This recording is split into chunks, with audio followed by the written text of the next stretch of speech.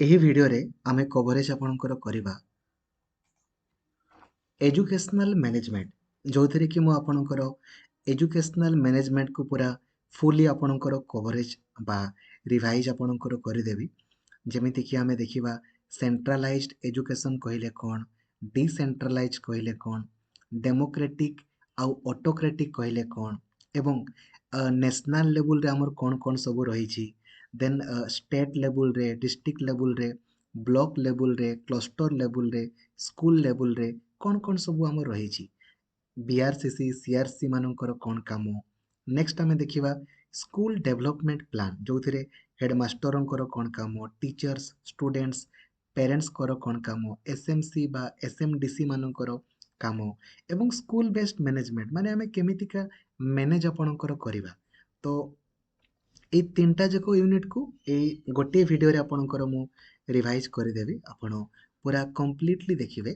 ଏହା ପୂର୍ବରୁ ଅଲରେଡ଼ି ମୁଁ ଆପଣଙ୍କର ଏଗୁଡ଼ା ଆପଣଙ୍କର 4ଟି ଯାକ ସେକ୍ସନକୁ ପୁରା ଫୁଲି କରିଛି, ରିଭାଇଜ୍ କରିଛି। ଯଦି ଆପଣ ଦେଖିନାହାନ୍ତି କାଇଣ୍ଡଲି ଆପଣ ତାକୁ ଦେଖିବେ ଏବଂ ତା ସହିତ ଆପଣଙ୍କର ଏଇ 4ଟି ୟୁନିଟ୍ ମଧ୍ୟ ଆପଣଙ୍କର ଫୁଲି ରିଭାଇଜ୍ କରାହେଇଛି। ଯଦି ଆପଣ ମିସ୍ କରିଛନ୍ତି, ଫାଷ୍ଟ ଅଫ୍ ଅଲ୍ ଆପଣ ଆପ୍ଲିକେସନକୁ ଓପେନ୍ କରିବେ, ଭିଡ଼ିଓ ଫୋଲ୍ଡରକୁ ଆପଣ ଯିବେ, ଭିଡ଼ିଓ ଫୋଲ୍ଡରକୁ ଗଲା ପରେ ଆପଣ CDP ଥିଓରି ଉପରେ କ୍ଲିକ୍ କରିବେ। ଦେଖିପାରିବେ ଏଇଠି ମୁଁ ଆପଣଙ୍କର 8ଟି ଯାକ ୟୁନିଟ୍କୁ ପୁରା ସୁନ୍ଦର ଭାବରେ ଆପଣଙ୍କୁ ରିଭାଇଜ୍ କରିଛି। ଠିକ୍ ଅଛି, ତ ଏହା ଆପଣଙ୍କର ଏହି ଭିଡ଼ିଓରେ ମୁଁ ଆପଣଙ୍କର ଏଇ 3ଟି ୟୁନିଟ୍କୁ ଗୋଟିଏ ଭିଡ଼ିଓରେ କରିଦେବି। ଆପଣଙ୍କର ଏଇ 3ଟି ଯାକ ୟୁନିଟ୍କୁ ନା ଏଇ ଗୋଟିଏ ଭିଡ଼ିଓରେ ମୁଁ ଆପଣଙ୍କର କରିଦେବି। ଠିକ୍ ଅଛି, ସୋ ଫାଷ୍ଟ ଅଫ୍ ଅଲ୍ ଆମେ ଦେଖିବା ସେଣ୍ଟ୍ରାଲାଇଜ୍ଡ ଆଉ ଡିସେଣ୍ଟ୍ରାଲାଇଜ୍ଡ ଏଜୁକେସନ୍ କ'ଣ। ନୋଟ୍ସ ଆପଣଙ୍କର ଓଡ଼ିଆରେ ଅଛି, ତା ମାନେ ନୁହେଁ ଯେ ମୁଁ ଆପଣଙ୍କୁ ଓଡ଼ିଆରେ କହିବିନି, ମୁଁ ଆପଣଙ୍କୁ ଇଂରାଜୀରେ ଆପଣଙ୍କୁ କହିବି। ବଟ୍ ଫାଷ୍ଟ ଅଫ୍ ଅଲ୍ ଟିକେ ବୁଝନ୍ତୁ ଆକ୍ଚୁଆଲି ସେଣ୍ଟ୍ରାଲାଇଜ୍ଡ ଏଜୁକେସନ୍ କହିଲେ କ'ଣ। ସେଣ୍ଟ୍ରାଲାଇଜ୍ଡ ମାନେ ଧରାଯାଉ ସେଣ୍ଟରରୁ ସେଣ୍ଟ୍ରାଲାଇଜ୍ଡ। ଯଦି ଏଜୁକେସନ୍ କେବଳ ଆପଣଙ୍କର ସେଣ୍ଟ୍ରାଲ ଲେବୁଲ ରହିବ, ମାନେ ଧରାଯାଉ ଆପଣଙ୍କର ଖାଲି ଦିଲ୍ଲୀରେ ରହିବ ଆଉ ଓଡ଼ିଶାର ପିଲା କିମ୍ବା ଆପଣଙ୍କର ଆନ୍ଧ୍ରପ୍ରଦେଶର ପିଲା, ତାମିଲନାଡୁର ପିଲା ଏମାନେ କିଛି ଜାଣିପାରିବେନି, ଦେନ୍ ସେଇ ଟାଇପ୍ର ଏଜୁକେସନ୍ ରହିକି ଲାଭ କ'ଣ କହିଲେ? କିଛି ଲାଭ ନାହିଁ ନା। ତେଣୁ କରିକି ଏଜୁକେସନ୍ ସର୍ବଦା କ'ଣ ହେବା ଉଚିତ ନା ଡିସେଣ୍ଟ୍ରାଲାଇଜ୍ଡ। ଡିସେଣ୍ଟ୍ରାଲାଇଜ୍ଡ କହିଲେ କ'ଣ ନା ମାନେ ଏଜୁକେସନ୍ ସବୁଆଡ଼କୁ ଯେମିତି ଡିଷ୍ଟ୍ରିବ୍ୟୁଟ୍ ହେଇପାରୁଥିବା ଦରକାର। ତା ମାନେ କ'ଣ, ନ୍ୟାସନାଲ ଲେବୁଲରେ ଯେଉଁ ଏଜୁକେସନ୍ ସବୁ କରାଯାଉଛି ବା ଇଂଲିଶ ମିଡ଼ିୟମରେ ଯେଉଁ ପାଠଗୁଡ଼ା ଆପଣଙ୍କର ପଢ଼ା ହେଉଛି, ଯଦି ସେଇ ଜିନିଷ ଗୁଡ଼ା ଆପଣଙ୍କର ଷ୍ଟେଟ୍ ଲେବୁଲରେ ବି ଆପଣଙ୍କର ପଢ଼ାଯିବ ନା, ଦେନ୍ ଏଜୁକେସନ୍ ସକ୍ସେସଫୁଲ୍ ହେଇପାରିବ। ସେଇଟା ହିଁ ଆପଣଙ୍କର ଡିସେଣ୍ଟ୍ରାଲାଇଜ୍ଡ। ପରୀକ୍ଷାରେ ବେଳେବେଳେ ପଚାରିବ ଯେ what should be the role of a teacher, whether it is democratic or autocratic. ତ ଆପଣ କହିବେ ଯେ ଶିକ୍ଷକଙ୍କ ରୋଲ୍ ସର୍ବଦା କ'ଣ ହେବା ଉଚିତ ନା ଡେମୋକ୍ରେଟିକ୍। ଡେମୋକ୍ରେଟିକ୍ ମାନେ କ'ଣ? ଡେମୋକ୍ରେଟିକ୍ କହିଲେ କ'ଣ ନା ଯୋଉଠି ଯୋଉଠି ଜଣେ ଶିକ୍ଷକ କ'ଣ କରନ୍ତି ନା ସମସ୍ତଙ୍କୁ ସମାନ ଭାବରେ ଦେଖନ୍ତି, ଜାତି ଧର୍ମ ଲିଙ୍ଗ ନିର୍ବିଶେଷରେ।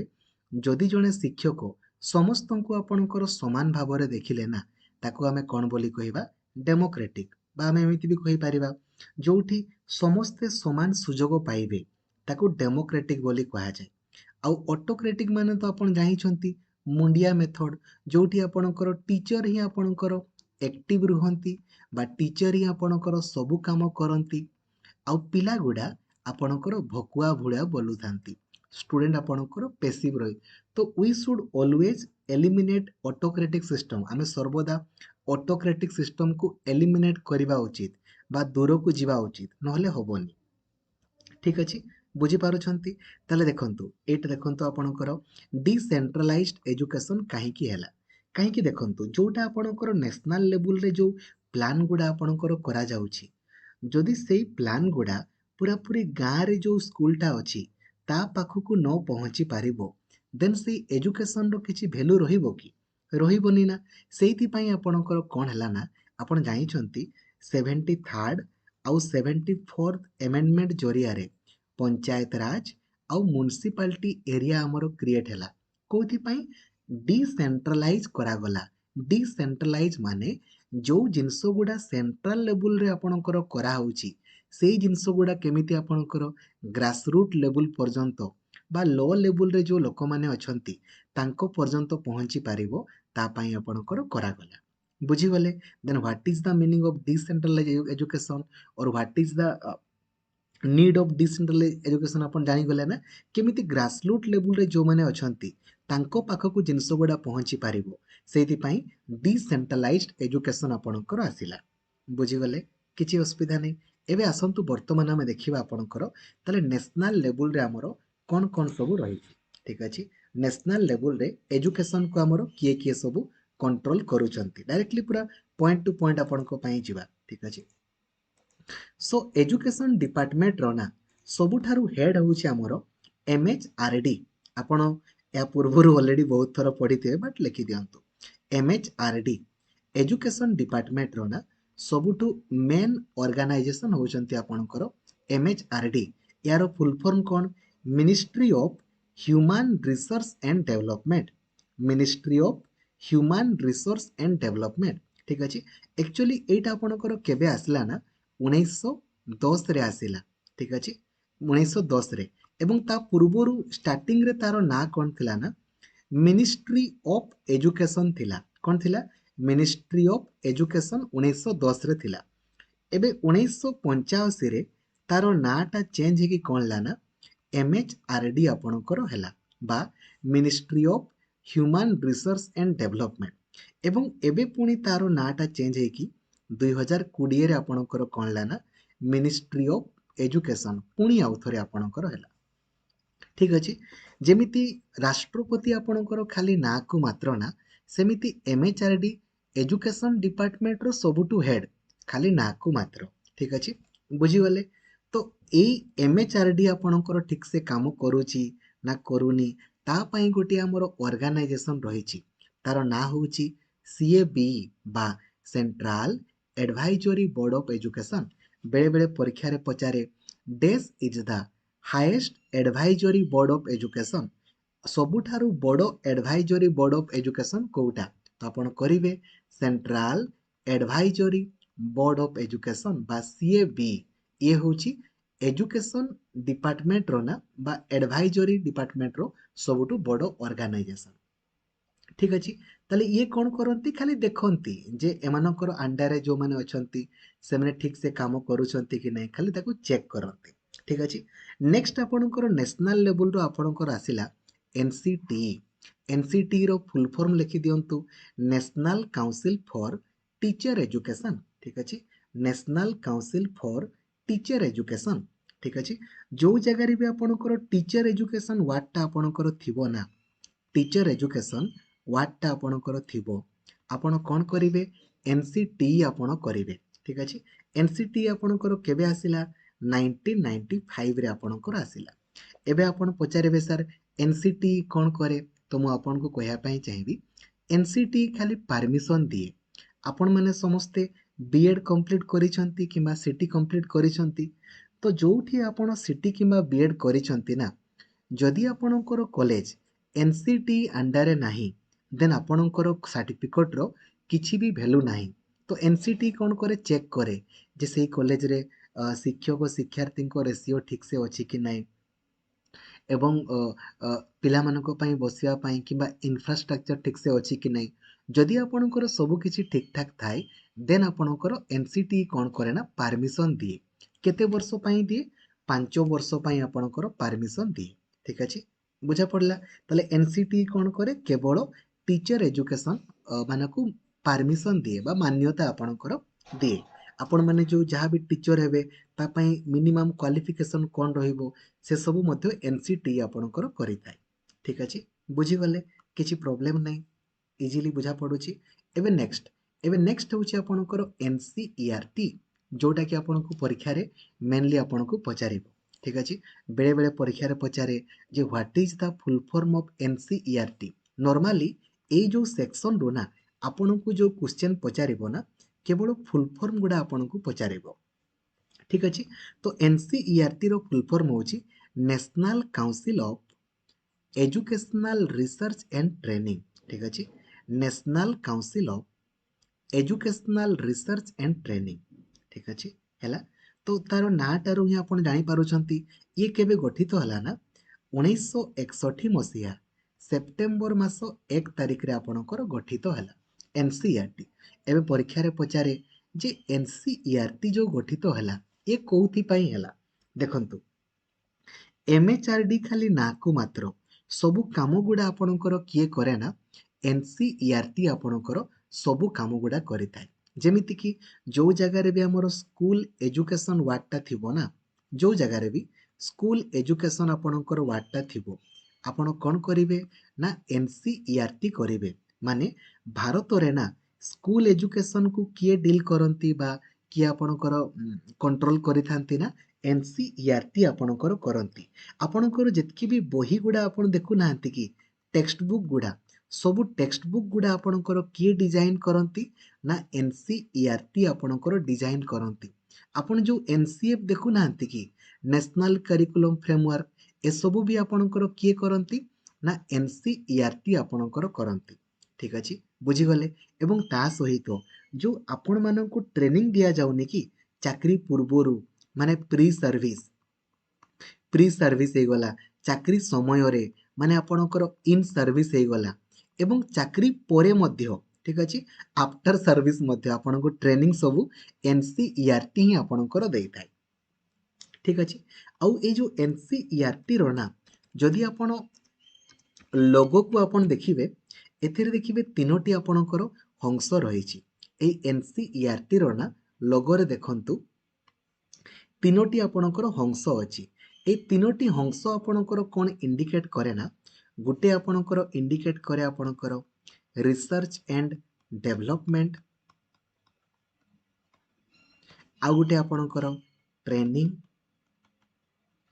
आ गुटे आपणकर डिसमिलेशन ठीक अछि तो मु आपन को गुटे गुटे बुझाउची रिसर्च एंड डेवलपमेंट कहले कोन ना हमर भारत रे ना जेतकी भी एजुकेशन क्षेत्र रे रिसर्च सब आपणकर करंती ना रिसर्च सब हमर किए करंती ना एनसीईआरटी हमर जेतकी भी एजुकेशन क्षेत्र रे रिसर्च रहिछि ना सब रिसर्च हमर एनसीईआरटी करंती ठीक अछि बुझी गले ट्रेनिंग ट्रेनिंग आपणकर दियंती ना जो टीचर्स माने आपण माने होउछंती चाकरी पूर्वरु चाकरी समय रे सब ट्रेनिंग किए दियंती ना एनसीईआरटी आपणको देइथांती नेक्स्ट आपणकर डिसमिलेशन कहले कोन डिसमिलेशन माने कोन ना संपर्क स्थापन करंती माने एनसीईआरटी कोन करे ना ओडिसा रे केवल नहे भारत रे आपणकर जेतकी भी स्कूल सब रहिছে ना तांको मध्य रे संपर्क स्थापन करंती हेले कोन होबो ना समस्ते आपणकर परस्पर सहित संपर्कित होई पारिबे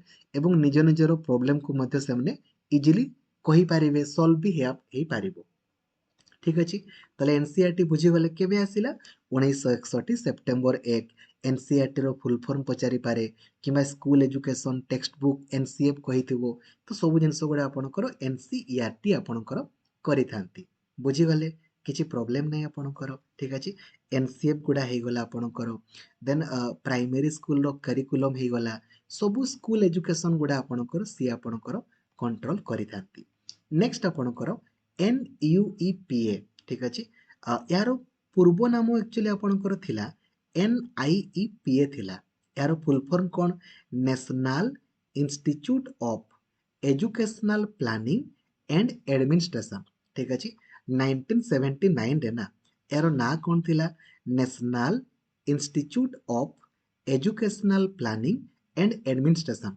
किंतु यार नाटा वर्तमान चेंज हे कि कोन हेछि ना एनयूईपीए हेछि 2007 रे तार नाटा चेंज हला तो नेशनल आई जगह रे खाली यू हेछि ना तो national university of educational planning and administration national university of educational planning and administration तो आपण पचारिबे सर ये कोन करे ना केवल भारत रे नुहे पूरा पूरी साउथ एशिया रे जेतकी भी आपणकर एजुकेशनल प्लानिंग सबु ना किए करि थाए ना आपणकर एनआईईपीए बा एनयूईपीए आपणकर करि थाए केवल भारत रे नुहे पूरा साउथ एशिया रे जेतकी भी एजुकेशनल प्लानिंग सबु ना किए करि थाए ना NIEPA बा NUEPA। तो परीक्षा रे आइदर आपको पचारिबो जे यार फुल फॉर्म कौन पचारिबो नहले पचारिबो जो जगह रे भी एजुकेशनल प्लानिंग कथा कहिथिबो ना आपण आइदर NIEPA करिवे नहले NUEPA करिवे। जेमितिका प्रश्न को सेमितिका आपण उत्तर आपण करिवे। ठीक अछि बुझा पड़ुछि किछि प्रोब्लेम नाही। ठीक अछि एवं परीक्षा रे पचारिबो जे भारतर सबुठारु बड़ एडवाइजरी बॉडी कोटा आपण कोन करिवे CAB करिवे। अच्छा मु आपणको पई किछि प्रश्न दउछि मु जानि जिबि जे आपण माने क्लास देखुचंती ना देखु नांती जे भी ए प्रश्नर उत्तर देई पारिबो ना बा क्लास देखिबो सी काइंडली मते ए नंबर रे टेलीग्राम रे मेसेज करिकी जणाइबो मु जानि जिबि जे छुआटा आपणकर क्लास देखिछि ना देखि नाही। ठीक अछि प्रश्न आपणको पई एया रहिबो जो जगह रे भी स्कूल एजुकेशन आपणकर कहिथिबो आपण कोन करिवे स्कूल एजुकेशन कहिथिबो किंबा भारत रे टेक्स्ट बुक आपणकर डिजाइन किए करंती कोन करिवे। ठीक अछि एवं नेक्स्ट NCT आपणकर केबे आसिला आपण मते मेसेज करिकी जणाइबे। ठीक अछि नेक्स्ट तो नेशनल लेवल संपर्क रे आपण जानिले एबे नेक्स्ट आपणकर जिबा हमें स्टेट लेवल रे आपणकर जिबा। ठीक अछि तो स्टेट लेवल रे हमर रहिला प्रथम रहिला आपणकर DEE बा डिपार्टमेंट ऑफ एलिमेंटरी एजुकेशन। आपण जानिछंती क्लास 1 रु 5 को हमर कहा जाय प्राइमरी बोली हमर कहा जाय एवं 6 रु 8 को हमर कोन बोली कहा जाय ना अपर प्राइमरी बोली कहा जाय एवं जदि हमें क्लास 1 रु 8 को कंबाइन कोन बोली कहबा ना एलिमेंटरी बोली हमें कहबा कोन कहबा एलिमेंटरी बोली हमें कहबा। तो भारत रे ना एलिमेंटरी एजुकेशन को हमर किए कंट्रोल करंती ना भारत रे तो नुहे ओडिसा रे हमर एलिमेंटरी माने क्लास 1 रु 8 को हमर DEE करंती डिपार्टमेंट ऑफ एलिमेंटरी एजुकेशन। ये केबे गठित होला ना 1987 रे गठित होला। ठीक अछि एलिमेंटरी एजुकेशन को कंट्रोल करंती आ केमिति एलिमेंटरी एजुकेशन आपणकर ठीक से चली ना चलीनी आपणकर DO माने BO माने ठीक से काम करूछंती कि नाही। ठीक अछि आपणकर ट्रांसफर हे गला पिला माने ठीक से वृत्ति पाउछंती कि नाही ए जिंस गुडा आपणकर से चेक करंती। ठीक अछि जेमिति NC देखंतु जेमिति MHRD खाली नाकु मात्र सेमिति DE खाली नाकु मात्र। तो सबु काम किए करे ना NCERT नेशनल लेवल रे सेमिति स्टेट लेवल रे हमर किए करे ना SCERT करे। तो SCERT रो देखंतु पूर्वरु थिला नेशनल लेवल रे हमर NCERT तो N जगह रे खाली कोन हेछि ना S हेछि SCERT तो कोन हेजिबो state council of educational research and training state council of educational research and training.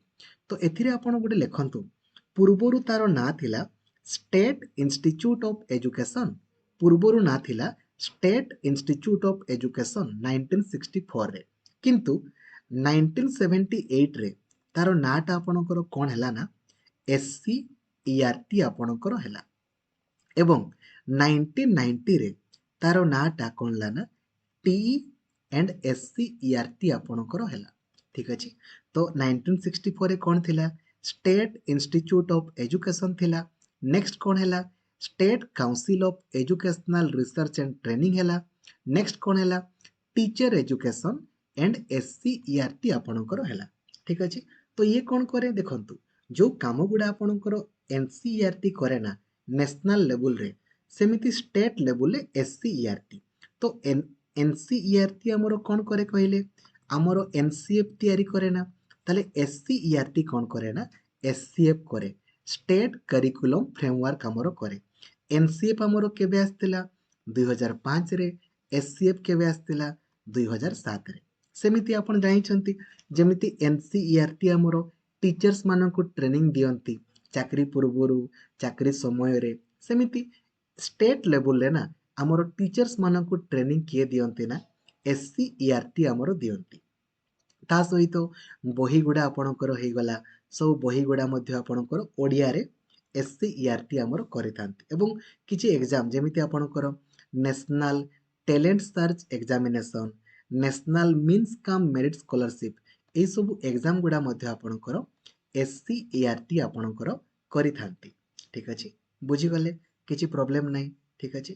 एबे नेक्स्ट आपणकर आसिला आपणकर नेक्स्ट आपणकर ओपेपा पूर्वरु यार ना थिला OPEPA Odisha primary education programme authority ठीक अच्छे।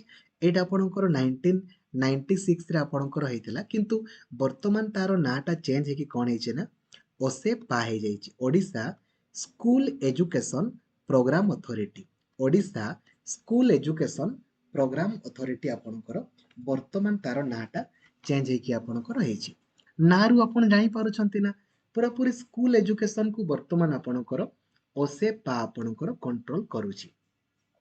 तो यार तो हेड ऑफिस आपणकर भुवनेश्वर रे रहिछि तो भुवनेश्वर रही कि तो सब किछि कंट्रोल करि हबोनी तेणु करी हमर सब डिस्ट्रिक्ट मानकरे कोन रहिछि ना डीपीओ रहिछि बा डिस्ट्रिक्ट प्रोजेक्ट ऑफिस हमर रहिछि ठीक अछि। सब जगह तो ओपेपा बा ओसेपा ऑफिस नहीं डिस्ट्रिक्ट गुडा रे हमर कोन रहिछि ना डीपीओ रहिछि बा डिस्ट्रिक्ट प्रोजेक्ट ऑफिस आपणको रहिछि ठीक अछि।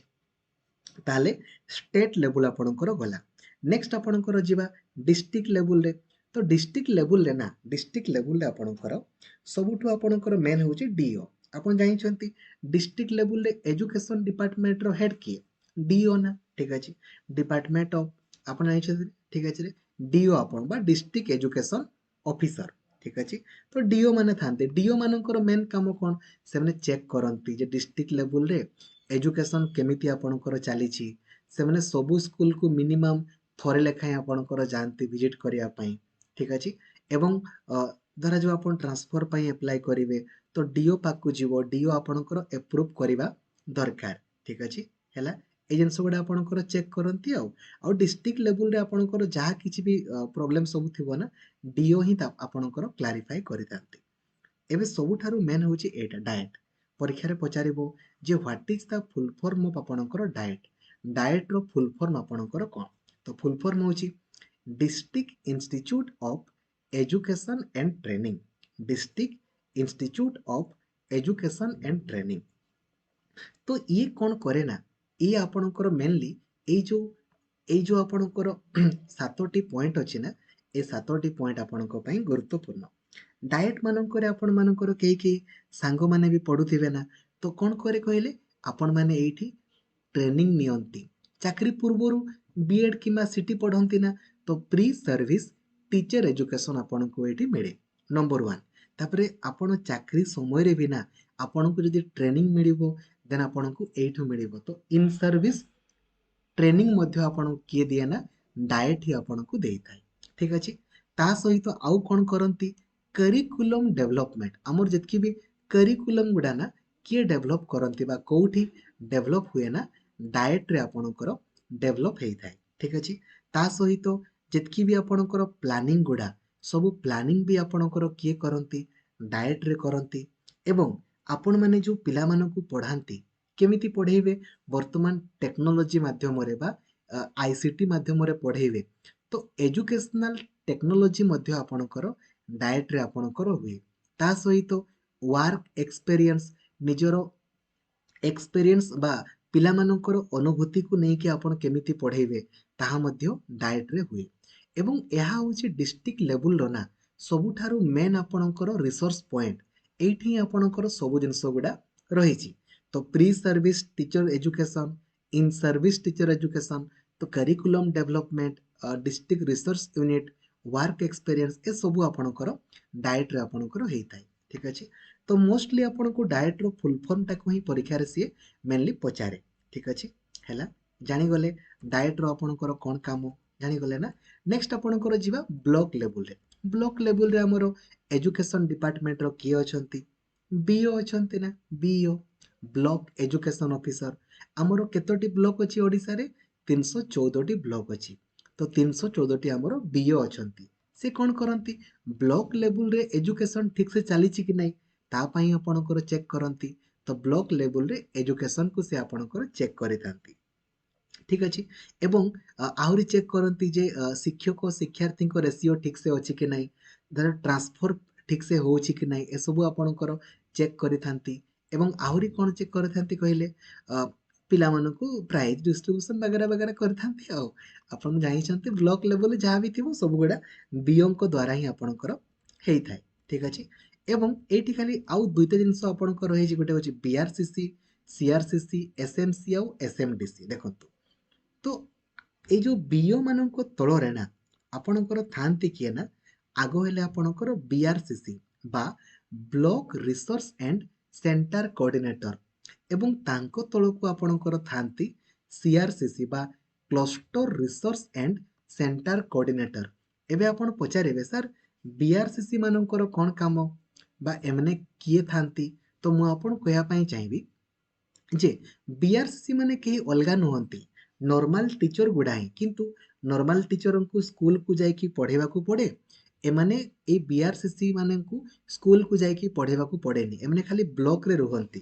ତାହେଲେ ଏମାନଙ୍କର କ'ଣ କାମ, ସେମାନେ କ'ଣ କରନ୍ତି ନା, ସେମାନେ CRCC ମାନଙ୍କୁ କୁହନ୍ତି ସ୍କୁଲକୁ ଯାଅ ଏବଂ ସ୍କୁଲରୁ ଡାଟା କଲେକ୍ସନ୍ କର, ଯେମିତି ଆଜି କେତେ ପିଲା ଆସିଛନ୍ତି, କ'ଣ ସବୁ ସ୍କୁଲ ମାନଙ୍କର ପ୍ରୋବ୍ଲେମ୍ ଅଛି, এই CRCC ମାନେ ଡାଟା କଲେକ୍ସନ୍ କରିବେ ଏବଂ BRCCଙ୍କୁ ଦେବେ। BRCC କ'ଣ କରିବେ ନା ବିଓଙ୍କୁ ଆପଣଙ୍କର ଦେବେ। ଏଇଟା ହେଉଛି ଆପଣଙ୍କର ମେନ୍ ଜିନିଷ, ଆଉ କିଛି ନାହିଁ। ଠିକ୍ ଅଛି। ତ CRCC ମାନେ କ'ଣ କରନ୍ତି ନା, ସେମାନେ ସ୍କୁଲକୁ ଆପଣଙ୍କର ବୁଲନ୍ତି, ସ୍କୁଲ ମାନଙ୍କରେ କ'ଣ ସବୁ ପ୍ରୋବ୍ଲେମ୍ ରହିଛି ସବୁ ଡାଟା କଲେକ୍ସନ୍ କରନ୍ତି, ପିଲା କେତେ ଆସିଛନ୍ତି କେତେ ନାହିଁ ସବୁ କିଛି କଲେକ୍ସନ୍ କରନ୍ତି ଏବଂ କ'ଣ ପ୍ରୋବ୍ଲେମ୍ ଅଛି ସବୁ କିଛି ଆପଣଙ୍କର ଚେକ୍ କରନ୍ତି। ଏବଂ ତା ସହିତ ସେ କ'ଣ କରନ୍ତି ନା, ଯଦି ସ୍କୁଲ ମାନଙ୍କର ଟିଚର୍ସ ନାହାନ୍ତି ଦେନ୍ ତାର ମ୍ୟାନେଜମେଣ୍ଟ କେମିତି କରାଯାଇପାରିବ ସବୁ କିଛି ସେ BRCCଙ୍କୁ କୁହନ୍ତି। ଠିକ୍ ଅଛି। ଏବେ BRCC ଆପଣଙ୍କର କ'ଣ କରିବେ ନା, ଆପଣଙ୍କର ଡାଏଟକୁ କହିବେ, ବିଓଙ୍କୁ ଆପଣଙ୍କର କହିବେ ଆଉ, ବିଓଙ୍କୁ କହିବେ ଆଉ। ତ ମେନ୍ କାମ ହେଉଛି, ଦେଖନ୍ତୁ, BRCC ମାନେ ବ୍ଲକରେ ରହିଲେ, CRCC ମାନେ ସ୍କୁଲ ଆପଣଙ୍କର ଭିଜିଟ୍ କରନ୍ତି। କଥା ହେଲା ଏଇଟା। ଆଉ ଆପଣ ତ ଜାଣିଛନ୍ତି ସ୍କୁଲ ମାନଙ୍କରେ ମେନ୍ ଆପଣଙ୍କର କିଏ, ହେଡମାଷ୍ଟର ନା। ହେଡମାଷ୍ଟର କ'ଣ କାମ କହିଲେ, ହେଡମାଷ୍ଟର ତାଙ୍କର ମେନ୍ ହେଉଛନ୍ତି ସେ ହେଡ୍ ପରା, ସେ ପ୍ରଧାନ ଶିକ୍ଷକ, ଆଗ ଜଣେ ଶିକ୍ଷକ। ତେଣୁକରି ସେ କ'ଣ କରନ୍ତି ନା, ସ୍କୁଲରେ ପାର୍ଟିସିପେସନ୍ କରିବେ ବା লিডিং କରିବେ। ଠିକ୍ ଅଛି, লিড କରିବେ, ସବୁ ସ୍କୁଲକୁ ସବୁବେଳେ ଏମିତି ଭିଜିଟ୍ କରୁଥିବେ, ସବୁ କ୍ଲାସରୁମକୁ ଯେମିତି ଭିଜିଟ୍ କରିବେ, ପିଲାମାନଙ୍କର ପ୍ରୋବ୍ଲେମକୁ ଚେକ୍ କରିବେ ଏବଂ ପ୍ରୋବ୍ଲେମଟାକୁ ଦୂର କରିବା ପାଇଁ ଚେଷ୍ଟା କରିବେ। ସ୍କୁଲରେ ଆପଣଙ୍କର ପାଠାଗାର, ବିଜ୍ଞାନଗାର, ବଗିଚା, ଖେଳ ପଡ଼ିଆ ଏସବୁ ଅଛି କି ନାହିଁ ତାକୁ ମଧ୍ୟ ଆପଣଙ୍କର ଚେକ୍ କରିବା ଉଚିତ। ହେଡମାଷ୍ଟର ଆକାରରେ ଆପଣ ପରୀକ୍ଷା ଠିକ୍ ସେ ହେଉଛି କି ନାହିଁ, ପିଲାମାନଙ୍କର ରେକର୍ଡ ମେଣ୍ଟେନ୍ ଠିକ୍ ସେ ହେଉଛି କି ନାହିଁ, SMC ମିଟିଂ ଠିକ୍ ସେ ହେଉଛି କି ନାହିଁ, ଏସବୁ ଜିନିଷ ଗୁଡ଼ା ଯେମିତି ଆପଣଙ୍କର ଚେକ୍ କରନ୍ତି। ହେଡମାଷ୍ଟରଙ୍କର ସେଗୁଡ଼ା ହେଉଛି ଆପଣଙ୍କର ମେନ୍ କାମ। ଠିକ୍ ଅଛି, ମେନ୍ କାମ ହେଉଛି ଏଗୁଡ଼ା, ବୁଝିପାରିଲେ? ଠିକ୍ ଅଛି, କିଛି ପ୍ରୋବ୍ଲେମ୍ ନାହିଁ। ସେମିତି ସ୍କୁଲ ମାନଙ୍କରେ ଆମର ଆଉ କ'ଣ ସବୁ ହୁଏ ନା, ଆପଣ ଶୁଣିଥିବେ ସ୍କୁଲ ମ୍ୟାନେଜମେଣ୍ଟ କମିଟି ଥାଏ, ସ୍କୁଲ ମ୍ୟାନେଜମେଣ୍ଟ କମିଟି। SMCର ଫୁଲ୍ ଫର୍ମ ପଚାରେ ସ୍କୁଲ ମ୍ୟାନେଜମେଣ୍ଟ କମିଟି। ନାଁଟାରୁ ହିଁ ଜାଣିପାରୁଛନ୍ତି ସ୍କୁଲକୁ ମ୍ୟାନେଜମେଣ୍ଟ କରିବା ପାଇଁ ବା ମ୍ୟାନେଜ କରିବା ପାଇଁ ଯେଉଁ କମିଟି ନା ତାକୁ ସ୍କୁଲ ମ୍ୟାନେଜମେଣ୍ଟ କମିଟି ବୋଲି କୁହାଯାଏ। ତାହେଲେ ଏଇଠି କ'ଣ ହୁଏ କୁହନ୍ତୁ, ଏଇଠି ଆପଣଙ୍କର କିଛି ନାହିଁ, ଏଠାରେ ଆପଣଙ୍କର ମେନଲି କ'ଣ ହୁଏ ନା, ଯେଉଁ ପିଲାଗୁଡ଼ା ଆପଣଙ୍କର ସ୍କୁଲରେ ପଢ଼ୁଥାନ୍ତି, ଯେଉଁ ପିଲାଗୁଡ଼ା ସ୍କୁଲରେ ପଢ଼ୁଥାନ୍ତି ତାଙ୍କର ବାପା ମା ସେଇ କମିଟିରେ ଆପଣଙ୍କର ଥାନ୍ତି। ନମ୍ବର 1, ନମ୍ବର 2 ଆପଣଙ୍କର କ'ଣ ନା, ଠିକ୍ ଆପଣ କହିପାରନ୍ତି ଆଉ କିଛି ଆପଣ ଯେଉଁ ସେଇ ଗାଁର ଆପଣଙ୍କର ଯେଉଁ ଆପଣଙ୍କର ଥିବେ ୱାର୍ଡ଼ ମେମ୍ବର ସେ ବି ରହିବେ। କିଛି ଟଙ୍କା ଆସେ ସ୍କୁଲକୁ, ହେଲା, 10,000 ପାଖାପାଖି ଟଙ୍କା ଆସେ। ସେ ଟଙ୍କାକୁ କେମିତି ୟୁଟିଲାଇଜ୍ କରାଯାଇ ପାରିବ ସ୍କୁଲର ଡେଭଲପମେଣ୍ଟ ପାଇଁ, ତାକୁ ହିଁ କୁହାଯାଏ ସ୍କୁଲ ମ୍ୟାନେଜମେଣ୍ଟ କମିଟି। ଇନଫ୍ରାଷ୍ଟ୍ରକ୍ଚର ହେଇଗଲା ଆପଣଙ୍କର, କେଉଁ ପିଲାମାନେ ଯଦି ସ୍କୁଲକୁ ଆସୁନାହାନ୍ତି ଦେନ୍ SMC ମେମ୍ବର ମାନେ କ'ଣ କରନ୍ତି ନା, ସେ ପିଲାମାନଙ୍କର ଗାର୍ଡ଼ିଆନକୁ ଯାଇକି କୁହନ୍ତି ଯେ ଆପଣ ନିଜର ପିଲାକୁ ସ୍କୁଲକୁ ପଠାନ୍ତୁ। ଏଇ ଜିନିଷ ଗୁଡ଼ା ସ୍କୁଲରେ କେମିତି ପାନୀୟ ଜଳ ବା ୱାଟର ଫେସିଲିଟିଜ୍ ରହିବ, ବଗିଚା ପାଚେରୀ ରହିବ, ଠିକ୍ ସେ ଆପଣଙ୍କର ମଧ୍ୟାହ୍ନ ଭୋଜନ ମିଡ୍ ଡେ ମିଲ୍ ସ୍କିମ୍ ଆପଣଙ୍କର ଦିଆଯାଉଛି କି ନାହିଁ, ପିଲାମାନେ ସ୍କୁଲକୁ ଠିକ୍ ସେ ଆସୁଛନ୍ତି କି ନାହିଁ, ଏସବୁ ଜିନିଷ ଗୁଡ଼ା SMC ଆପଣଙ୍କର ଚେକ୍ କରନ୍ତି। SMC ଆଉ PTA କହିଲେ କ'ଣ, ପ୍ୟାରେଣ୍ଟ ଟିଚର ଆସୋସିଏସନ୍, ବାପା ମା ଏବଂ ଶିକ୍ଷକ ରହିବେ। ତ ଏଥିରେ କ'ଣ ହୁଏ ନା, ସ୍କୁଲ ଦେଖିବେ PTA, MTA ମାନେ mother teacher association, PTA MTA meeting ବସେ। ଏଥିରେ କ'ଣ ହୁଏ, ସମସ୍ତଙ୍କର ଗାର୍ଡ଼ିଆନ ମାନେ ଆପଣଙ୍କର ସ୍କୁଲକୁ ଯାଆନ୍ତି। ଗାର୍ଡ଼ିଆନ ମାନେ ସ୍କୁଲକୁ ଗଲେ କ'ଣ ହବ ନା, ଚେକ୍ କରିବେ ଶିକ୍ଷକ ମାନେ ତାଙ୍କର ଗାର୍ଡିଆନ को କହିବେ ଯେ ଆପଣଙ୍କର ପିଲାଟା କୋଉଥିରେ ଭଲ କରିଛି କୋଉଥିରେ ତାର ସ୍କୋର କମୁଛି ଏଇ ଜିନିଷ ଗୁଡ଼ା ଆପଣଙ୍କର ଡିସ୍କସନ୍ କରନ୍ତି ତାକୁ ହିଁ ପିଟିଏ ଏମଟିଏ ମିଟିଂ ବୋଲି କୁହାଯାଏ। ତ ନର୍ମାଲି ଏଇ ଜିନିଷ ଗୁଡ଼ା ଆପଣଙ୍କର କରାଯିବା ଉଚିତ ବଟ୍ ସ୍କୁଲ ମାନଙ୍କରେ ଆପଣଙ୍କର କରାଯାଉନି। ପ୍ରୋବ୍ଲେମ ହେଉଛି ଆପଣଙ୍କର ଏଇଟା। ତ ପିଟିଏ ଆଉ ଏମଟିଏ ମିଟିଂ ଆମେ ନର୍ମାଲି କରିବା ଉଚିତ। ହେଲେ କ'ଣ ହବ ନା ହେଲେ ପିଲାମାନଙ୍କର ପ୍ରୋବ୍ଲେମ ଗୁଡ଼ା ବା ପିଲାମାନେ କ'ଣ ସବୁ କରୁଛନ୍ତି ସେ ଜିନିଷ ଗୁଡ଼ା ଆମେ ତାଙ୍କର ବାପା ମାଙ୍କୁ ସେୟାର କରିପାରିବା। ଯଦି ବାପା ମା ମାନେ ଜାଣିଥିବେ ଯେ ତାଙ୍କର ଛୁଆଟା କେମିତି ପଢୁଛି କେମିତି ନାହିଁ ଦେନ୍ ବହୁତ ଇଜି ହବ ନା ତାର ସେଇ ଛୁଆଟାକୁ ଆଗକୁ ନେବାରେ ବହୁତ ଆପଣଙ୍କର ଇଜି ହେଇପାରିବ। ଆଉ ଯଦି ନହେଲେ ତ ଅସୁବିଧା ହେଇଯିବ ଆପଣଙ୍କର। ଠିକ ଅଛି, ତ ଏଇଟା ଆପଣଙ୍କର ଥିଲା ପିଟିଏ ଏମଟିଏ ଆପଣଙ୍କର। ଠିକ ଅଛି, ନେକ୍ସଟ ଆପଣଙ୍କର ରହିଛି କ୍ଲାସରୁମ୍ ମ୍ୟାନେଜମେଣ୍ଟ ବା ଆପଣ କହିପାରନ୍ତି ଏଇ ଯୋଉଟା ଆପଣଙ୍କ ରହିଲା ସ୍କୁଲ ବେସ୍ଡ ମ୍ୟାନେଜମେଣ୍ଟ।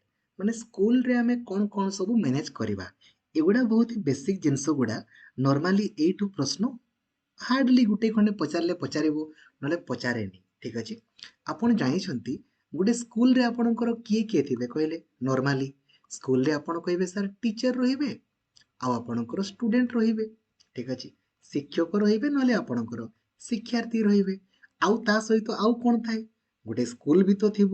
ସ୍କୁଲରେ ସ୍କୁଲରେ ହ୍ୟୁମାନ ରିସୋର୍ସ କହିଲେ କ'ଣ? ହ୍ୟୁମାନ ମାନେ ମଣିଷ। ତ ମଣିଷ ଆପଣଙ୍କର କିଏ? ଶିକ୍ଷକ ଆଉ ଶିକ୍ଷାର୍ଥୀ। ତ ତାଙ୍କୁ ଆମେ କେମିତି ମ୍ୟାନେଜ କରିବା? ନେକ୍ସଟ ଆପଣଙ୍କର ଇନଫ୍ରାଷ୍ଟ୍ରକ୍ଚର କହିଲେ ଆପଣ ବୁଝିପାରୁଛନ୍ତି ନା? ଆପଣଙ୍କର କାନ୍ଥ ହେଇଗଲା, ଦେନ୍ ଆପଣଙ୍କର ଏଇ ଯୋଉ ବ୍ଲାକବୋର୍ଡ ହେଇଗଲା, ପାଚେରୀ ହେଇଗଲା, ଏଗୁଡ଼ା ହେଉଛି ଇନଫ୍ରାଷ୍ଟ୍ରକ୍ଚର। ଫାଇନାନ୍ସିଆଲ ରିସୋର୍ସେସ୍ କହିଲେ ସ୍କୁଲକୁ ଯୋଉ ଟଙ୍କା ଆସୁଛି ତାକୁ ଆମେ କ'ଣ କେମିତି ମ୍ୟାନେଜ କରିବା। ଆଉ କମ୍ୟୁନିଟି କହିଲେ ସମାଜ ସହିତ ଆମେ କେମିତିକା ଡିଲ୍ କରିବା। ଏଇଟା ହିଁ ଆପଣଙ୍କର ଜିନିଷ। ଠିକ ଅଛି, ତ ଆଗ ଦେଖିବା। ଦେଖନ୍ତୁ ଏଇଟା ହିଁ ଆପଣଙ୍କର ଓଡ଼ିଆରେ ଲେଖା ହେଇଛି। ଦେଖନ୍ତୁ ଭୌତିକ ମାନେ ଆପଣ ବୁଝିପାରୁଛନ୍ତି ଫିଜିକାଲ, ଏଇଟା ହେଉଛି ଆପଣଙ୍କର ହ୍ୟୁମାନ ରିସୋର୍ସ। ଠିକ ଅଛି, ଚାଲନ୍ତୁ ମୁଁ ଆପଣଙ୍କୁ ଗୋଟେ ଗୋଟେ ଆପଣଙ୍କର କହୁଛି। ତ ଆମେ କେମିତି ମ୍ୟାନେଜ କରିବା ଆପଣ ଜାଣିଛନ୍ତି କିଛି ନୂଆ ଜିନିଷ କିଛି ନାହିଁ। ଯେମିତିକି ଯଦି ଆମେ ଇନଫ୍ରାଷ୍ଟ୍ରକ୍ଚର କଥା କହିବା ତ ଆମେ ମନେ ରଖନ୍ତୁ ଏଇଥିରୁ ପଚାରିବନି କ୍ୱେଶ୍ଚନ। ନର୍ମାଲି ଆମେ କ'ଣ କରିବା ନା କ୍ଲାସରୁମ୍ ଗୁଡ଼ାକୁ ଆମେ କ'ଣ କରିବା ନା ଠିକ ଅଛି ଏମିତି କ୍ଲାସରୁମ୍ ଗୁଡ଼ାକୁ ବହୁତ ହି କୁଣ୍ଡୁସିଭ୍ ଏନଭାୟରନମେଣ୍ଟ ଆମେ କ୍ରିଏଟ୍ କରିବା। କୁଣ୍ଡୁସିଭ୍ ଏନଭାୟରନମେଣ୍ଟ କହିଲେ କ'ଣ ନା ଯୋଉଠି ପିଲାମାନଙ୍କର ନା ପଢ଼ିବା ପାଇଁ ଆପଣଙ୍କର ବହୁତ ହି ଆଗ୍ରହ ଆସିବ। କୁଣ୍ଡୁସିଭ୍ ଏନଭାୟରନମେଣ୍ଟ ଆମେ କ୍ରିଏଟ୍ କରିବା। ଏମିତି ଏନଭାୟରନମେଣ୍ଟ କ୍ରିଏଟ୍ କରିବା ଯୋଉଠି ପିଲାମାନଙ୍କୁ ପଢ଼ିବା ପାଇଁ ବହୁତ ହି ମନ ଲାଗିବ ତାଙ୍କର। ଠିକ ଅଛି, ହେଲା। ଏବଂ ନେକ୍ସଟ କ'ଣ କରିବା? ପିଲାମାନେ ଯେମିତି ସଫା ସୁତୁରା ହେଇକି ଆପଣଙ୍କର ଆସିବେ ସେମିତି ଦେଖିବା। ୱିଣ୍ଡୋ ଗୁଡ଼ା ଯେମିତି ଆପଣଙ୍କର ଓପେନ୍ ହେଇଥିବ ତାହା କରିବା ଆମେ। ଆଉ କ'ଣ କରିପାରିବା କୁହ? ଏଇ ଯୋଉ ଆପଣଙ୍କର ୱିଣ୍ଡୋ ଗୁଡ଼ା ବା କାନ୍ଥ ଗୁଡ଼ା ବିଭିନ୍ନ ଟାଇପର ଡିଜାଇନ କରିପାରିବା।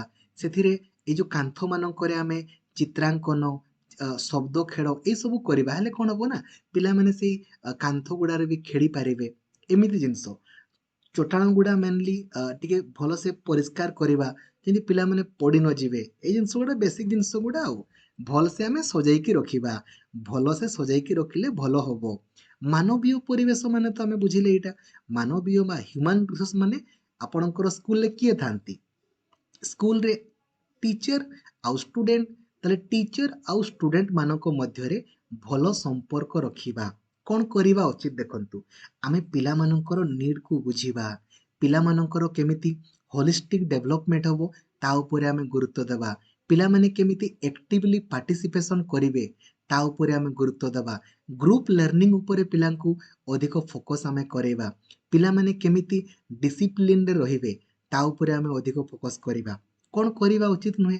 ପିଲାମାନଙ୍କୁ ଡିମୋଟିଭେଟ୍ କରିବାନି, ପିଲାମାନଙ୍କୁ ଗାଳି ଦେବାନି, ପିଲାମାନଙ୍କୁ କହିବାନି ଯେ ଡିମୋରାଲାଇଜ କରିବାନି, ନେଗେଟିଭ ଜିନିଷ ଗୁଡ଼ା କରିବାନି।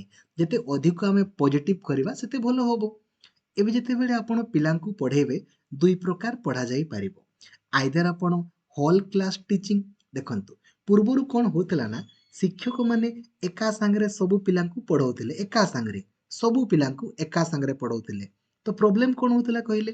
ପ୍ରୋବ୍ଲେମ ଏଇଆ ହଉଥିଲା ଯୋଉ ପିଲାର ବି ଡାଉଟ୍ ରହୁଥିଲା ନା ସିଏ ଆଉ କହୁନଥିଲା, ତାର ଡାଉଟଟା ଡାଉଟରେ ହିଁ ରହିଯାଉଥିଲା। କିନ୍ତୁ ବର୍ତ୍ତମାନ ଆପଣଙ୍କର ଆଉ ଏଇ ଯୋଉ ଟିଚର ସେଣ୍ଟର୍ଡ ମେଥଡରେ ଆଉ ପଢ଼େଇବାକୁ ପୁରାପୁରି ବେନ୍ କରିଦିଆଯାଇଛି। ଆଉ ପିଲାମାନଙ୍କୁ ଆମେ टीचर सेंटर्ड रे पढ़ेबा नाही जदि आमे पढ़ेबा आइदर आमे पढ़ेबा स्टूडेंट सेंटर्ड रे पढ़ेबा नहले लर्नर सेंटर्ड रे पढ़ेबा ठीक अछि बा ग्रुप लर्निंग रे मध्य आमे पढ़ेबा ग्रुप लर्निंग रो जनक किए आपण मते 8895154969 रे कहिबे ग्रुप लर्निंग रो जनक किए सेल्फ एक्चुअलाइजेशन संपर्क रे किए कहितले आपण मते कहिबे सेमिति 1960 रे हमर किए ना बीएफ स्किनर कोन कहले ना पिला माननकु जेते बेले भी आमे पढ़ेबा ना कंप्यूटर माध्यम रे पढ़ेबा बा कंप्यूटर असिस्टेड लर्निंग तो याकू ही कोन बोली कहा जाए ना इंस्ट्रूमेंटल कंडीशनिंग बोली कहा जाए यार पूर्व क्लास रे मु आपनको सहित ऑलरेडी डिस्कशन करिथिली परीक्षा रे पचारिबो ऑपरेंट कंडीशनिंग रो जनक किए who is the profounder of operant conditioning आपण कहिबे BF Skinner computer aided learning instrumental conditioning computer assisted learning से कहूथिले जे पिला मानकु मोटिवेट करी करी की पढ़ांतु बा कंप्यूटर को व्यवहार करी की पढ़ांतु ठीक अछि ए जिंस गुडा को से आपणकर कहूथिले ठीक अछि ताले वर्तमान पिला मानकु हमें केमिति पढ़ौचे ग्रुप माध्यम रे पढ़ौचे आ ग्रुप लर्निंग रो जनक किए ना कार्ल रोजर्स से कहूथिले जेते अधिक आपण पिला मानकु ग्रुप रे पढ़ेबे ना बेनिफिट कोन हबो देखंतु एमिति ग्रुप रे आपणकर पिला अछंती धरा जो ए पिलाटा ए बुझी पालानी तो से बी को पचारिबो काहे कि ना डायरेक्टली आपनको पचारले हुए ताको लाज लागि पारे बट सांग मानकु पचारिबार तो किछि असुविधा नै डायरेक्टली से सांग मानकु पचारिबो एवं तांकर डाउट ना इजीली क्लियर हे जिवो एवं they all can learn from each other एठी हमें पढिचे गोटे होची कोऑपरेटिव आ गोटे होची हमर कोलाबोरेटिव ठीक अछि कोऑपरेटिव माने कोन कहिले दुई जनक मध्य रे हेले ना ताको कुहा जिवो कोऑपरेटिव आ कोलाबोरेटिव कहिले बहुत जनक मध्य रे माने बहुत लोकंक मध्य रे जो संपर्क को ना ताको हमर कुहा जाय कोलाबोरेटिव लर्निंग बोली हमर कुहा जाय ठीक अछि बुझी गले किछि असुविधा नै एबे जते बेले ग्रुप करिवे ना सेठी भी आपनकर बड़ प्रॉब्लम हे पारे देखंतु ग्रुप नॉर्मली हमर चारि प्रकार आपनकर हुए देखिबे किछि किछि पिला गुडा आपनकर इक्वल एबिलिटी वाला पिला माने धरा जो जनकु गणित पूरा आसे से कहूछि खाली मु गणित सहित जो पिलाटा आसे ता सहित ही ग्रुप करिवि सेमति ले बड़ प्रॉब्लम ना आउ किछि किछि पिला गुडा इंटरेस्ट बेस्ड मु खाली राधा सहित ही करिवि किंबा मु खाली मैथमेटिक्स ग्रुप रे ही रहिबि आउ किछि किछि पिला गुडा आपनकर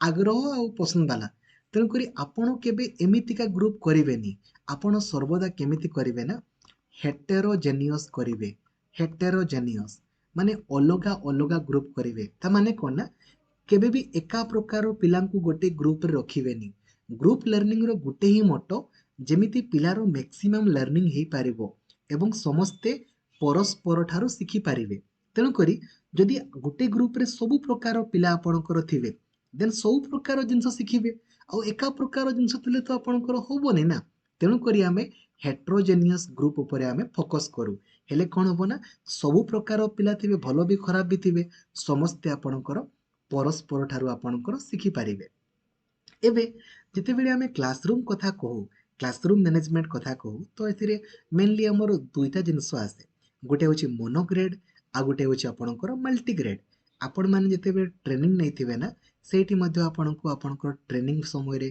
सिखैथिबे मोनोग्रेड कोन मल्टीग्रेड आपणकर कोन देखंतु मोनो माने सिंगल मल्टी माने गोटे रु अधिक तो धरा जाऊ क्लास 1 रो पिला माने एठी बसिले क्लास 2 रो पिला माने एठी बसिले क्लास 3 रो पिला माने एठी बसिले माने गुटे गुटे क्लासरूम रो पिला बसिले एटा केते बेले पॉसिबल होबो जेते बेले टीचर सफिशिएंट अछंती धरा जो शिक्षक पूरा सफिशिएंट आपण एठी गले पढेले एठी अन्य सीरियस रे पढेले देन याकू कहा जिवो मोनोग्रेड बोली कहा जिवो बट धरा जो आपण एमिति गुटे जगह रे पोस्टिंग पाइले जोठी टीचर्स नाहांती एबे तो आपण सेमति करि परिबेनी एबे कोन करिवे ना गोटे बड़ो क्लासरूम रे सबु पिला माननकु आपण बसेइले आउ तापरे एका संगरे पढेइले याकू कोन बोली कहा जाय ना मल्टीग्रेड बोली कहा जाय सेति पई आपणकु सेति पई ए सब करा जाय तो बहुत सारा प्रॉब्लम रहे जेमिति बेले बेले कोन हुए ना आपणकर मोनोग्रेड आपण मोनोग्रेड रे पढेइबे बट पिला कम अछंती ठीक अछि माने शिक्षक सफिशिएंट अछंती किंतु पिला नाहांती प्रॉब्लम कोन हबो आपण ग्रुप करि परिबेनी पढ़ेबार एते इंटरेस्ट आसीबोनी पिलामानंको मध्यरे कोऑपरेशन आसीबोनी कोलाबोरेशन ठीक से ही पारिबोनी एई सब प्रॉब्लम रहे ठीक अछि आ बेले बेले एमिति भी हेई पारे धरा जो पिला थिबे शिक्षक नथिबे पिला अछंती शिक्षक आपणकर नाहांती तो आपण ठीक से सब पिलामानंको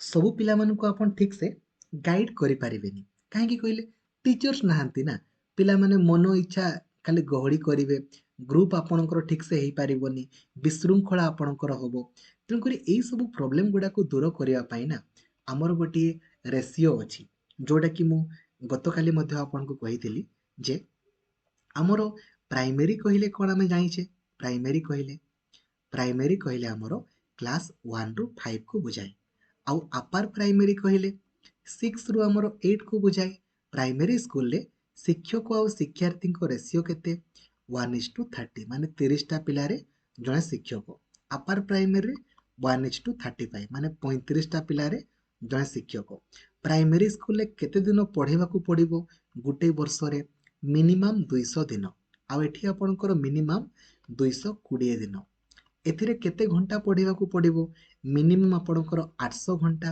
ବର୍ଷକୁ ଆଉ ଏଥିରେ ଆପଣଙ୍କର ଗୋଟେ ବର୍ଷକୁ 1000 ଘଣ୍ଟା ଆପଣଙ୍କର ପଢ଼େଇବାକୁ ପଡ଼ିବ ଆଉ ବେଳେବେଳେ ପରୀକ୍ଷାରେ ଆପଣଙ୍କୁ ପଚାରେ ଆପଣଙ୍କର ୱିକଲି କେତେ ଘଣ୍ଟା ପଢ଼େଇବାକୁ ପଡ଼ିବ 45 ଘଣ୍ଟା ଆପଣଙ୍କୁ ପଢ଼େଇବାକୁ ପଡ଼ିବ ଠିକ୍ ଅଛି ଏଇଟା ହେଲା ନର୍ମାଲି ବେଳେବେଳେ ପରୀକ୍ଷାରେ ପଚାରିବ ଯେ ମାଇକ୍ରୋ ଟିଚିଂର ଆପଣଙ୍କର କନସେପ୍ଟ କିଏ ଦେଇଥିଲେ ତ ମାଇକ୍ରୋ ଟିଚିଂର କନସେପ୍ଟ ଆପଣଙ୍କର ଦେଇଥିଲେ ଆଲେନ୍ ସେ କୋଉଠୁ ଆପଣଙ୍କର ଦେଇଥିଲେ ନା ଷ୍ଟାନଫୋର୍ଡ ୟୁନିଭର୍ସିଟିରୁ ଆପଣଙ୍କର ଦେଇଥିଲେ ପରୀକ୍ଷାରେ ପଚାରିବ ଯେ ଗୋଟେ ମାଇକ୍ରୋ ଟିଚିଂର କ୍ଲାସରୁମ୍ ଡ୍ୟୁରେସନ୍ କେତେ ମିନିଟ୍ର ତ 36 ମିନିଟ୍ର ଆପଣଙ୍କର ଗୋଟିଏ କ୍ଲାସରୁମ୍ ଡ୍ୟୁରେସନ୍ ଆପଣଙ୍କର ରହିଥାଏ ଠିକ୍ ଅଛି ହେଲା ବୁଝିପାରୁଛନ୍ତି କିଛି ପ୍ରୋବ୍ଲେମ୍ ନାହିଁ ଆପଣଙ୍କର ଏଇଟା ଆପଣଙ୍କୁ ପରୀକ୍ଷାରେ ଆପଣଙ୍କର ପଚାରିବ ତେଣୁକରି କୁଲ୍ ମାଇଣ୍ଡରେ ଆପଣ କରିବେ ଯେମିତିକା ପ୍ରଶ୍ନକୁ ସେମିତିକା ଆପଣ କରିବେ ଠିକ୍ ଅଛି ଏବେ ନେକ୍ସଟ ଆପଣଙ୍କର ମଲ୍ଟିଗ୍ରେଡରେ ବି ସେମିତି ଆପଣଙ୍କର ହେଇପାରେ ମଲ୍ଟିଗ୍ରେଡରେ ବି ସେମିତି ବେଳେବେଳେ ଆପଣଙ୍କର ପ୍ରୋବ୍ଲେମ୍ ହେଇପାରେ ଦେଖନ୍ତୁ ଆପଣ ଯେତେବେଳେ ପିଲାମାନଙ୍କୁ ଗ୍ରୁପରେ ବସେଇବେ କେମିତି ବସେଇଲେ ଭଲ ହବ ଦେଖନ୍ତୁ ଏଇଭଳିଆ ବସେଇବେ ନା ଏମିତି ବସେଇବେ ତେଣୁକରି କ୍ଲାସରୁମ୍ରେ ଯେଉଁ ପିଲାମାନଙ୍କୁ ଆପଣ ବସେଇବେ ନା ୟୁ ସେପ୍ଟରେ ବସେଇବେ କେମିତି ବସେଇବେ ୟୁ ସେପ୍ଟରେ ଏଇଭଳିଆ ୟୁ ସେପ୍ରେ ବସେଇଲେ ଭଲ ହେଲେ ପିଲାମାନେ ଆପଣଙ୍କୁ ଚାହିଁଥିବେ ଆଉ ଠିକ୍ ଅଛି ଏବେ ପରୀକ୍ଷାରେ ଆପଣଙ୍କୁ ପଚାରେ ଆପଣଙ୍କର ଏଇଟା ଯେ ଜଣେ ଶିକ୍ଷକଙ୍କର ମିନିମମ୍ ଏଲିଜିବିଲିଟି କ'ଣ ରହିବ ତା ସମ୍ପର୍କରେ ଆର୍ଟିକିଲ ନମ୍ବର କେତେରେ ମେନସନ୍ ଅଛି ତ ଆର୍ଟିକିଲ 23(1)ରେ ଆପଣଙ୍କର ମେନସନ୍ ଅଛି ଯେ ଜଣେ ଶିକ୍ଷକଙ୍କର ଆପଣଙ୍କର ମିନିମମ୍ କ୍ୱାଲିଫିକେସନ୍ ଆପଣଙ୍କର କ'ଣ ରହିବ ଏଇଟା ଆପଣଙ୍କୁ ପରୀକ୍ଷାରେ ପଚାରେ ଠିକ୍ ଅଛି ବୁଝିଗଲେ ଏବଂ ନେକ୍ସଟ ଆପଣଙ୍କର ଆଉ କ'ଣ ପଚାରିପାରେ ନା ଆପଣଙ୍କର ଆଉ ନର୍ମାଲି ମଲ୍ଟିଗ୍ରେଡ୍ ଆପଣଙ୍କୁ ମୁଁ କ'ଣ କହିଲି ମଲ୍ଟିଗ୍ରେଡ୍ କେତେବେଳେ ହେବ ଯଦି ଆପଣଙ୍କର ପିଲା ଅଛନ୍ତି ବଟ୍ ଶିକ୍ଷକ ନାହାନ୍ତି ସେଇଠି ଆପଣ ସେମିତିକା ୱେରେ ପିଲାଙ୍କୁ ପଢ଼େଇବେ ନହେଲେ ତ ଅସୁବିଧା ହେଇଯିବ ନା ଗୋଟେ ଜାଗାରେ ହିଁ ଆପଣଙ୍କୁ 100 ପିଲାଙ୍କୁ ବସେଇବାକୁ ପଡ଼ିବ କେମିତି ପଢ଼େଇବେ ଆଗ ଏଇ ପିଲାଙ୍କୁ ପଢ଼େଇଲେ ଦେନ୍ ୟାକୁ ପଢ଼େଇବେ ଦେନ୍ ୟାକୁ ପଢ଼େଇବେ ଯେତେବେଳେ ଆପଣ ଏଇଠି ପଢ଼େଇକି ଏଇଠି ଯିବେ ନା ଏଇଠି ଜଣେ ଆପଣ ଲିଡର ରଖିଦେବେ ଦେନ୍ ଯାଇକି ଆପଣ ପଢ଼େଇବେ ତେବେ ନହେଲେ ତ କ୍ଲାସ୍ ଏଠି ଆପଣ ଡିଷ୍ଟର୍ବାନ୍ସ ଆପଣଙ୍କର ହେଇଯିବ ରାଇଟ୍ ବୁଝିପାରିଲେ ତ ଏଇଟା ହେଲା ଆପଣଙ୍କର ଏ ଜିନିଷ ଠିକ୍ ଅଛି ଏତିକି ହିଁ ଆପଣଙ୍କ ଜିନିଷ ମେନଲି ଏଇଟା ଆପଣଙ୍କର ଏଇ ୟୁନିଟ୍ରୁ ନା ଏଇଟାକୁ ହିଁ ଆପଣଙ୍କର ପରୀକ୍ଷାରେ ପଚାରେ ଯେଉଁ ନ୍ୟାସନାଲ୍ ଲେବୁଲ୍ ଷ୍ଟେଟ୍ ଲେବୁଲ୍ ଡିଷ୍ଟ୍ରିକ୍ଟ ଲେବୁଲ୍ର ହିଁ ଆପଣଙ୍କର ପଚାରେ ଠିକ୍ ଅଛି ତ ଏହା ଆପଣଙ୍କର ପୁରା ଫୁଲ୍ କଭରେଜ୍ ଆପଣଙ୍କର ହେଇଗଲା ଠିକ୍ ଅଛି ତ ଯଦି ଆପଣ କୌଣସି ବି କ୍ଲାସ୍କୁ ମିସ୍ କରୁଛନ୍ତି ନା ଆପ୍ଲିକେସନ୍କୁ ଓପେନ୍ କରିବେ ଷ୍ଟାର୍ଟ ଲର୍ଣ୍ଣିଂରେ କ୍ଲିକ୍ କରିବେ ଦେନ୍ ଆପଣ ଷ୍ଟାର୍ଟିଂରେ ହିଁ ମୁଁ ପୁରା ସିଷ୍ଟମେଟିକାଲି ଦେଖନ୍ତୁ ଆଜି ସଜେଇ ଦେଇଛି ଭିଡ଼ିଓ ଉପରେ କ୍ଲିକ୍ କରିବେ ଦେଖନ୍ତୁ ଭିଡ଼ିଓର ପ୍ଲାନିଂ ଭିଡ଼ିଓ ବି ଦେଇଛି ଦେଖନ୍ତୁ ତାପରେ ସିଡିପି ଥିଓରିକୁ ଯିବେ ସିଡିପି ଥିଓରି ଦେଖନ୍ତୁ ପୁରା ସିଷ୍ଟମେଟିକାଲି ଅର୍ଡ଼ରରେ ଆପଣଙ୍କର ଦେଖନ୍ତୁ